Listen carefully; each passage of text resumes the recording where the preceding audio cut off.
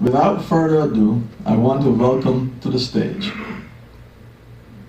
our first speaker, Divine Impact, Bishop Sonnet Ford Grant. Hello, everyone. It is so good to be here and amongst awesome people and people who are moving forward with their purpose and moving forward to fulfill their dreams. Sometimes it can get hard along the way, you know, when you're walking that walk. And one thing for me, I get, I'll do confession here. There's a church. Sometimes my vision is so big that it frustrates me because I haven't reached that place that I see in my mind. Anybody ever feel like that? You're a visionary and you see this big picture and you haven't quite reached that yet. But as long as the picture remains, you're going to make it there. But I just wanted to say this about Aubrey. I met Aubrey in November. As he said, the gentleman in the barbershop told him about me. And your connection with Aubrey is probably like mine. Aubrey meets no strangers. And he called me and he began to talk to me and pretty much tell me everything about my life. And I'm like, who is this dude, you know? He was able to really tap into me and see some things that probably I didn't even see at the time. And so it's been 6 months, and I can say that he has kept me motivated along the way and kept pushing me along the way and held me accountable to the things that I say that I want to do. So I've pastored for 17 years, as I've shared with some of you here, and now I'm a pastor to pastors. So I train pastors and teach pastors and establish ministries and put those trained pastors in those positions to be able to carry on with the mission. But in the last couple of years, God has kind of led me towards life coaching. And as I shared earlier, I have tried to start writing books several times, and at some point it just dried up. But as I began coaching and talking to different people and hearing different things that people are going through, one day I began to do a broadcast about right decision making, making right decisions. And from that broadcast, I had so many people reach out to me to say, you know, those points that you shared, those things that you said really helped me and helped me to kind of reach some or get some clarity in places that were really ambiguous. And so right there, God said, that's what you're going to write your book on. You're going to help people be able to make good decisions. So then I began to ask God, well, who am I? Who am I? What makes me an expert at making good decisions? And his answer was, because you've made so many bad ones. He said, you are the perfect person to tell people about how to better make decisions. You know, my teenage years, my 20s, and that's probably a story for most of us. You know, we think we know everything at that time, and our parents and people mentors who are placed in our lives are trying to tell us, but we think we know, and we kind of go our own way. And sometimes it's necessary to make those missteps and those trips because it gives you experience to be able to learn. But there are some things, my motto is, you know, they say that experience is the best teacher, but I say to be able to learn from somebody who's had those experiences so you don't have to go through them can be proved to be an even better option. So just to be able to share with people how to make better decisions, whether it's financially, spiritually, educationally, relationally, in all those different areas, how to be able to go forward and make the best decision for where you're going. And one of those things, the most important key, is to know your purpose. When you know your purpose, there are certain people and certain things that you will not allow in your life. And it's not that you're being rude, it's just that you know they don't fit with where you're going.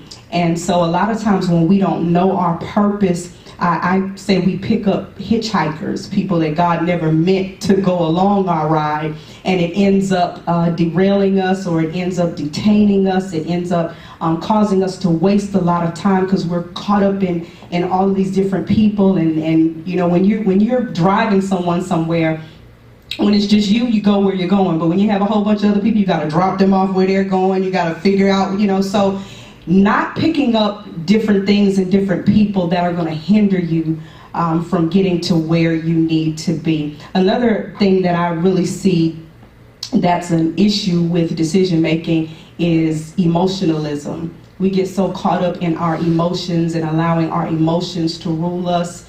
And one of the things that I talk about is to post or not to post. I talk about social media. And if you're on social media, you will see some of these crazy posts that people are putting out there. Has anybody ever seen one of those crazy posts?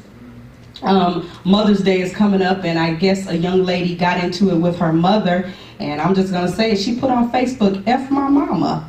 You know, and in my mind I'm thinking, really? But it's those emotions. It's getting upset. And so at that moment, people just say whatever they mean. So or whatever they want to say. So one of the things that I say in the book is there are different things that you need to think about even before you post. First of all, once you put something out there, guess what? You can't take it back. I know a young lady who put a bunch of crazy stuff on Facebook one time, and she finally deleted it. But guess what? So many people had seen it by the time that she deleted it, and it had already done the damage. So it's really important that we work through our emotions. Emotions do have their place. They help us connect with the world around us, but emotions should not be the major leading factor when it comes to making decisions. So I'm really excited about the book. I had a Georgia senator who gave me an endorsement for the book. She said, we need to stand at the door of life and hand to every person that we meet. So I thought that was pretty cool. And also a Stellar Award-winning radio personality who endorsed the book. So I'm really excited about where it's going, where God is taking it. I'm excited. What's beautiful is when you can be excited about yourself, but when you're excited about other people. So to be here with other authors and other entrepreneurs and producers and people that are doing so many awesome things is a blessing. And for us to come together, it kind of gives energy and helps us gain momentum to, you know, even if we feel like giving up, I hear your story and I hear your story and I see your success, and it makes you say, hey, you know what? If they can keep going, so can I. So I'm excited about meeting each and every one of you, and even talking to you more in depth and hearing about what God is doing in your life. I'm thankful for Aubrey.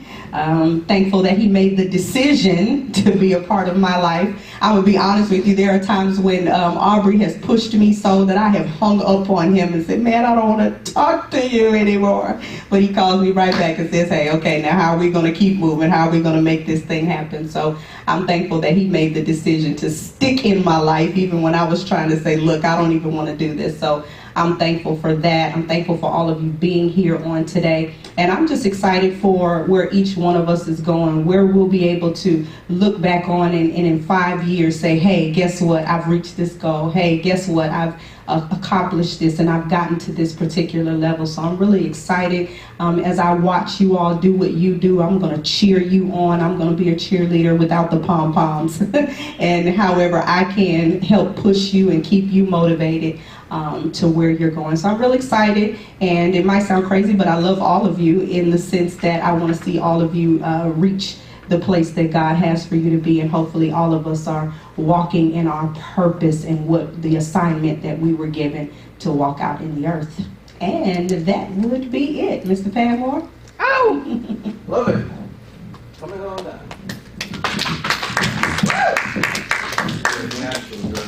Yeah, yeah.